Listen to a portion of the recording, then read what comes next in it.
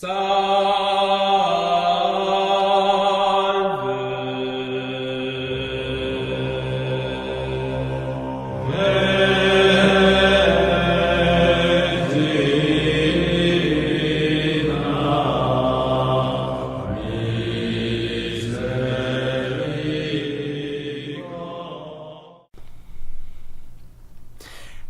everybody, and welcome back to our next installment of Four Catholic Dudes.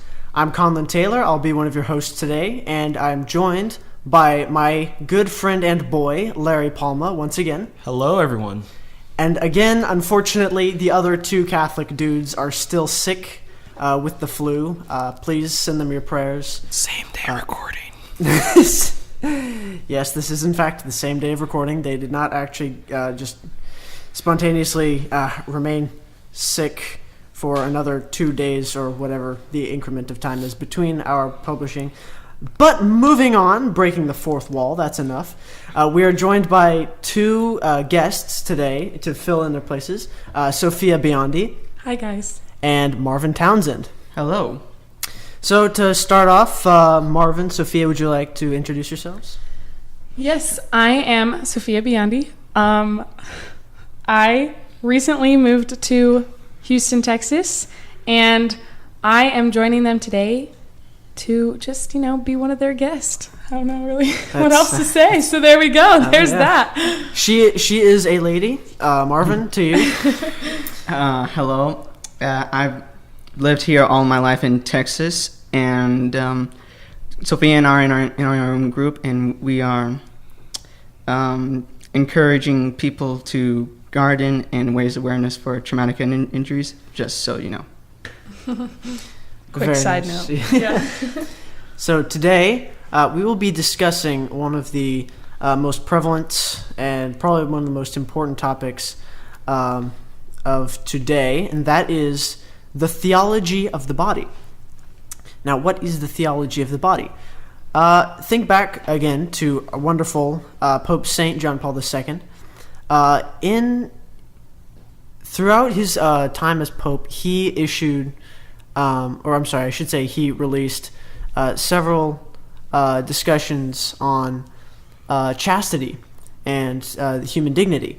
And these eventually became collected into one grouping, which is referred to now as the theology of the body. So he introduced this primarily to counter the sexual revolution, which it began in the 1960s and 70s. And as we all know, we associate that usually with the hippie movement. It was a time of free love, so to speak. And it was really just a terrible time for the morals of Western society. So I guess first we should start by talking about what is human dignity, where does it come from, and what does it point us to? Anyone want to start off? Well, what is human dignity? I think when I think of human dignity, I just think of, obviously, the human person and how beautiful we are. And when I think of human dignity, I immediately think of God and how we are always told that we're made in the image of God.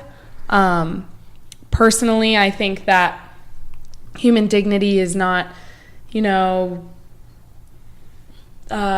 able to do whatever you want with your body, which I think is a lot of what today's society says, but it's more, we are these wonderful beings that God created, and therefore we have this human dignity, I guess.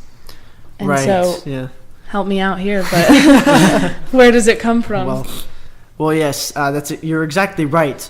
As being made in the image and likeness of God, we are rational beings.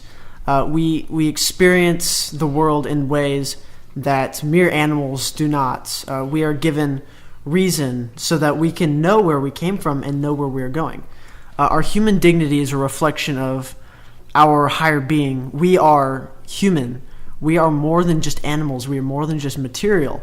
And that is something that the sexual revolution completely forgot about. And of course, these I should say we should lump this into the whole the modern and postmodern era way of thought. That's, it's all about what can you do with your body? What can you get out of it? We've become utilitarian in that sense, and that nothing has meaning unless it can benefit you or society. And this just simply isn't true, because we are made in the image and likeness of God. And that is where our bodies point us to. And in this sexual revolution, the main idea was about sex. Sex and chastity. Chastity was thrown out the window. But what is chastity?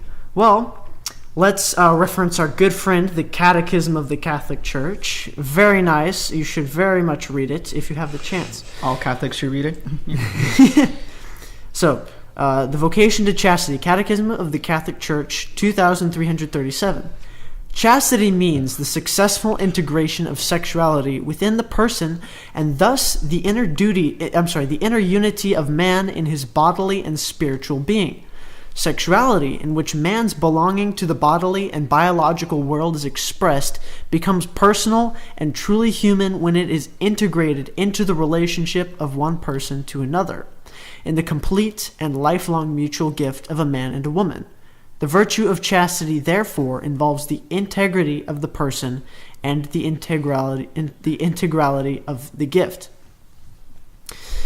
As man and woman, we are made differently, of course, and this reflects our call to love each other in a way that exceeds materiality.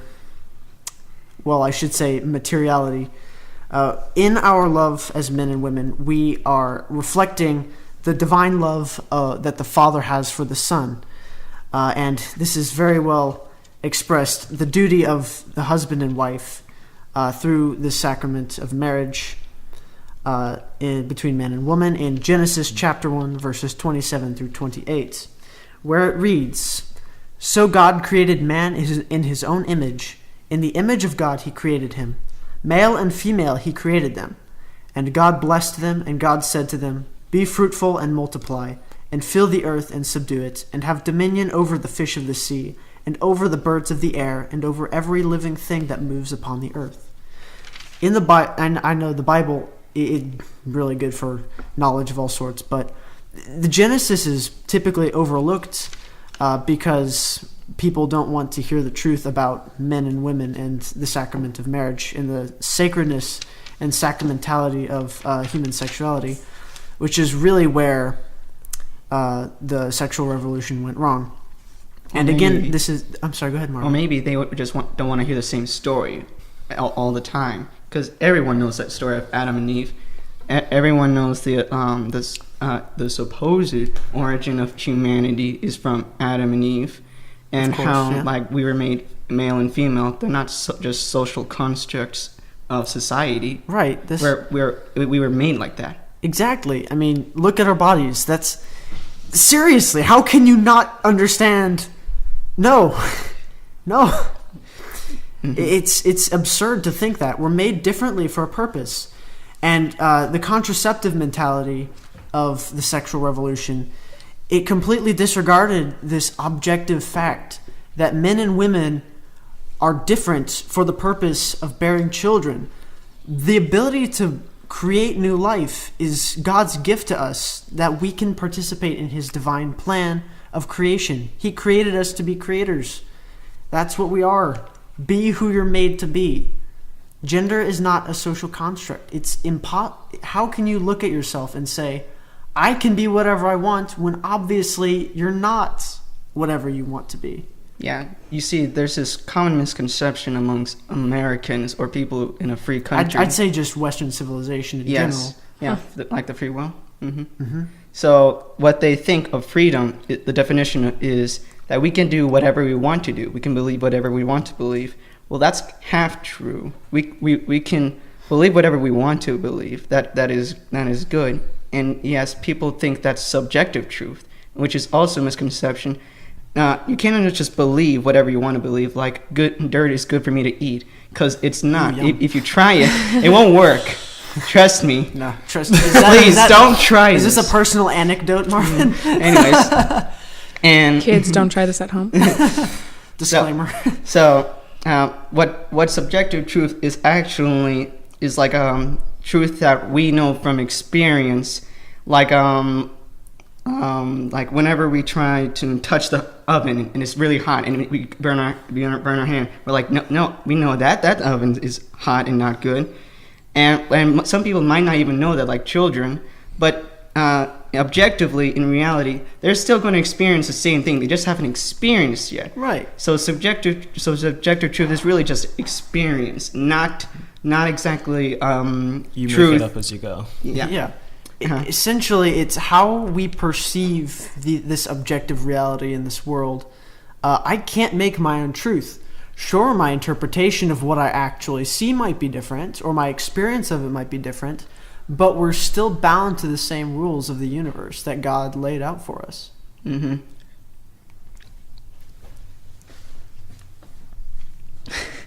I think what's important to understand too, and this is going way back to talking about chastity, is the difference between chastity and abstinence. A lot of people focus on this abstinence, which is just obtaining from the sexual act, but chastity is doing that, but also realizing, like you were saying, the human dignity, who we are as a person, what God created us to be. It's not just, okay, I'm not going to do these bad acts. No, you're not going to do these bad acts because you understand that God created you to be much more than that. Right. Yeah, exactly. Yeah, people have a bad view of chastity as just a set of regulations and rules for life, just like a party poop or something. Party poop.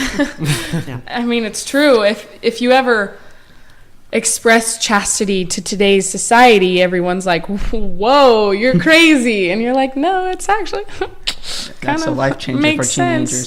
Yeah, and on the topic of abstinence versus chastity, there's two things. I'm sorry, there's actually one main distinction between them, and that is that abstinence relies on self-control, while chastity is about self-mastery. There's a complete difference between these two. Self-control is suppressing your passions, whereas chastity's self-mastery takes into account your passions. You experience your passions, but your will is ordered so that it can overcome your passions, which is how we're supposed to act, because we are in control of our bodies. And here's exactly what the Catechism says in Catechism of the Catholic Church, 2339. Chastity includes an apprenticeship in self-mastery, which is a training in human freedom. There's that word again. I'll come back to that in just a moment. The alternative is clear. Either man governs his passions and finds peace, or he lets himself be dominated by them and becomes unhappy. Man's dignity, therefore, requires him to act out of his conscious and free choices, as moved and drawn in a personal way from within, and not by blind impulses in himself or by mere external constraint. Man gains such dignity when, ridding himself of all slavery to his passions, he presses forward to his goal by freely choosing what is good, and by his diligence and skill effectively secures for himself the means suited to this end. In short, true freedom is about a freedom of the will. When we free ourselves from our passions by not letting ourselves become enslaved to these base emotions that drive us to act in all sorts of ridiculous manners, we can find real freedom. And that is what a lot of people have forgotten nowadays. Like you see, our culture, especially within the younger groups, is all about it's all about the life of the party. Yes. That's really yeah. Ooh. Yeah, life as a party is the idea of this whole revolution, this cultural revolution. Yes, the parties began in the 60s. And to go off of that, to kind of reference the Bible again, you talked about these feelings, these first desires, these temptations that we have. Mm-hmm. And when Adam first saw Eve, it's not like he wasn't like, oh my gosh, I don't want to look at her, she's naked. No, he was like, oh my gosh, look at how beautiful she is. And he turned. So God gave us these desires for a reason. And Pope John Paul even talks about that. He talks about, this love as desire, that obviously you have to see beauty in the person, but God wants you to glorify that instead of diminish it. Exactly. And actually that's, I have this passage pulled up from Genesis chapter 2, verses 22 to 25. 21 to 25. It says here, "So the Lord God caused a deep sleep to fall upon the man, and while he slept, took one of his ribs and closed up its place with flesh. And the rib which the Lord God had taken from the man, he made into a woman, and brought her to the man. Then the man said, 'This at last is bone of my bones, and flesh of my flesh. She shall be called woman, because she was taken out of man.' Therefore a man leaves his father and his mother, and clings to his wife, and they become one flesh. And the man and his wife were both naked, and were not ashamed." When man first saw woman, in the beginning, before sin, he could see her beauty.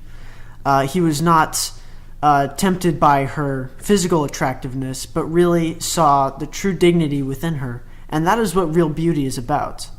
Instead of the utilitarian view that we have, how much pleasure can I derive from this thing that I see in front of me, when you should actually be saying, this is a beautiful human being that I should love truly, as God intended me to. And to take you away from, not to take you, on that, I think, like you said, everything, this utilitarian view, everything is very selfish. It's very, what do I want? What's going to make me happy? And love as it is, and marriage as it is, it's a sacrifice. It's one of the most selfless things you could ever do for another person. And so when people think, what's going to make me happy, it's what's going to make that other person happy. A successful marriage isn't going to be built on, oh my gosh, my desires, but what's going to be best for you two, and what God desires for the both of you. And that's so lost today. And just to put that into perspective, I want to say the figure for divorce in the United States is about 50 to 55%, I want to say, just off the top of my head. There's something wrong with that. It's really sad. Whereas just 100 years ago, divorce was almost unheard of. But we've gotten to such a low point in our society that we just don't have this proper orientation towards what we're meant to do in marriage. Men, you're supposed to serve your wife. We as men are supposed to be servile. We serve our wives because we sacrifice ourselves for them. We are meant to be the servant and the defender. That's why men, I'm sure, and I can't really speak for women because obviously, but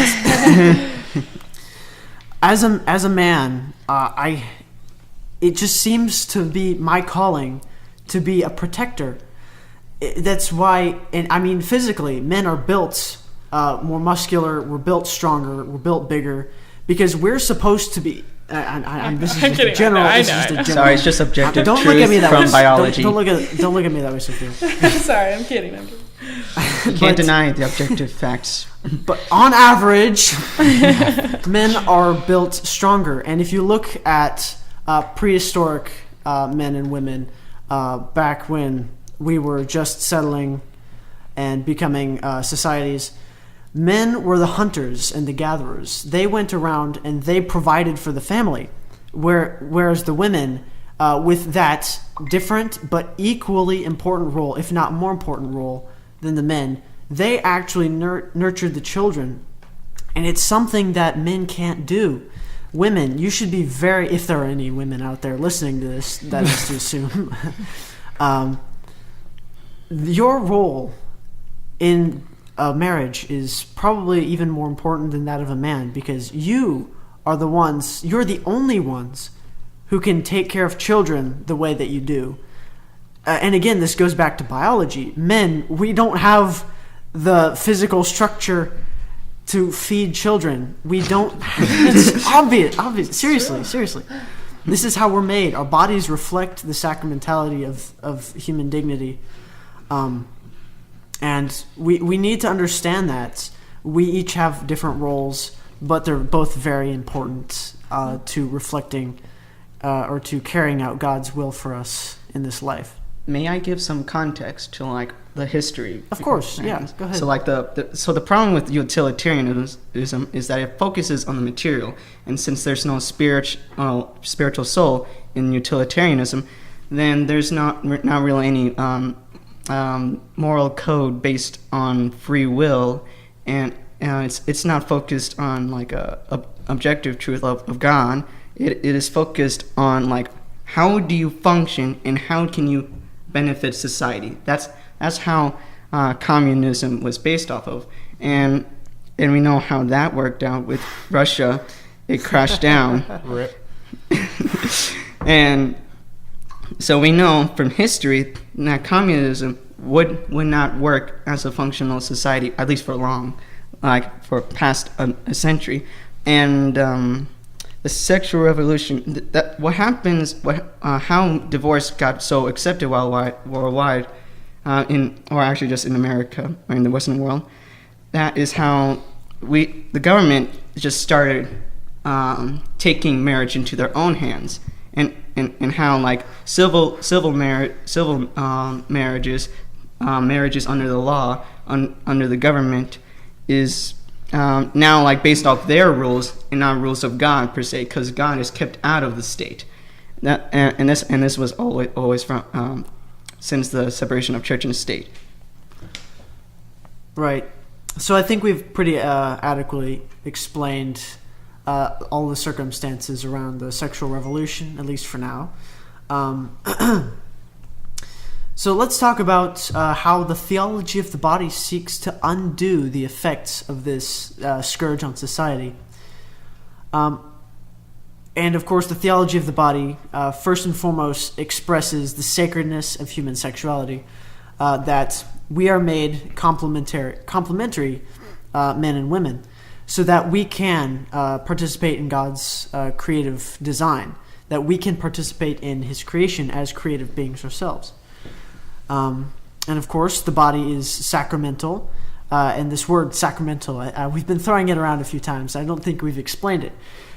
Sacramental is anything that takes on the form of a sacrament, that expresses the sacredness in God's creation, something that personifies the intelligibility of God's presence in the material universe and his participation of creating it.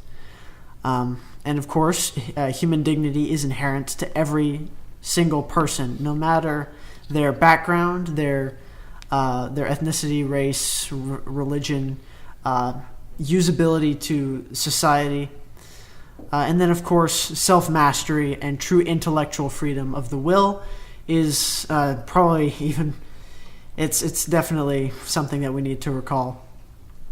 Mm-hmm. And the sacramentality of the body, young Catholics might want to know which sacrament would personify the sacramentality of the body.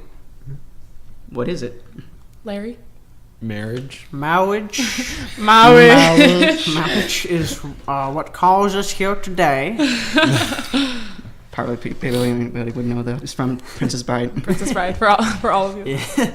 Go watch it. This is not an ad. Very nice. This is unsponsored. We just like that movie. So, I guess I think this will probably be our final question to really wrap this whole segment up, and that is: will the Catholic Church finally make its peace with the dominant cultural phenomenon of our time, the sexual revolution?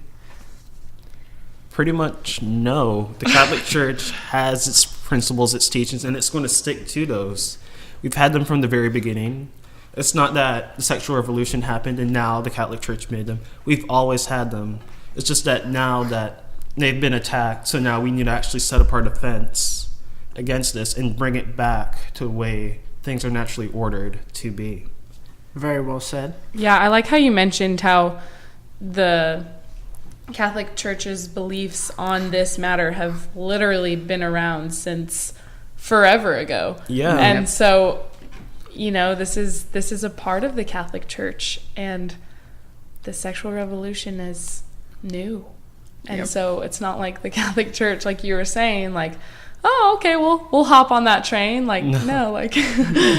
Yeah, there was actually abortions, and way back in the church was always against it from the very beginning in the early church. Yeah, even in pre-Christian times, abortion was a practice. Infanticide, things like that. Oh, fun fact. Fun fact, everybody. Early Christian. There was a time when women did not want abortions in Rome, because in early Christianity, Rome did not like Christians, but then in times of epidemics, people would like to go to the Christian neighborhoods because they would treat each other much better than the Romans would. And pagans would just leave each other, be like, "Oh, get away from me! You're sick." Right. In times of plague like that. Yes, and it was hell for women to live in pagan Rome, because they could kill you when you were a baby, abortions, and they could push you on the wayside if your husband did not want you, and only Christianity would accept women and treat them the right way, and that was there's just also this misconception nowadays, the church does not treat women the right way anymore. No, that's not true at all. All right, where do I start with that? I guess to sum up how the world has treated women before the Christianity came along is women were treated like dirt. Yes. Actually, I think dirt was respected much more. It was tilled. It was maintained. Roads were probably given much more respect than women were in Rome. Women were abused. I wouldn't be surprised if they had a god for roads, to be honest. They actually did. They actually did. Yeah. We'll have to discuss this later. I was going to say, we can go on that topic another time. But anyway, because it's the Christian view of the dignity of every person, regardless of whether you're male or female, because we're all humans. We're all created in the image and likeness of God. It's inherent to every person's human nature. I guess to go back to the original question, will the Catholic Church finally make its peace with the sexual revolution? Obviously, the answer is no. And honestly, I feel that this question is kind of ridiculous if you really think about it, because the Catholic Church, its stance will never change. It can't make peace with the sexual revolution, and it will not make peace with the sexual revolution, because the sexual revolution is in direct conflict with God's will. What is the Catholic Church? It is the harbinger of God's will. By our very nature, as Catholics, we cannot accept the sexual revolution or any of its teachings, because we forfeit our Catholicism. We forfeit everything that makes us the children of God when we adhere to these kinds of things. And so on that note, you guys, we are beautiful human beings. Don't forget it. Yes, beautiful on the outside and within. Yes. Humanity is amazing. Woo! Go Jesus. So I think you all have any final comments before we wrap this up? No? God loves each and every single one of us, and don't forget it. I agree. I'm Conlon Taylor. I've been one of your hosts. I'm Larry Palma. I'm Sophia Biondi. And I'm Marvin Thompson. Thank you for tuning into this episode, and we hope that you tune in to the next one. God bless. Peace.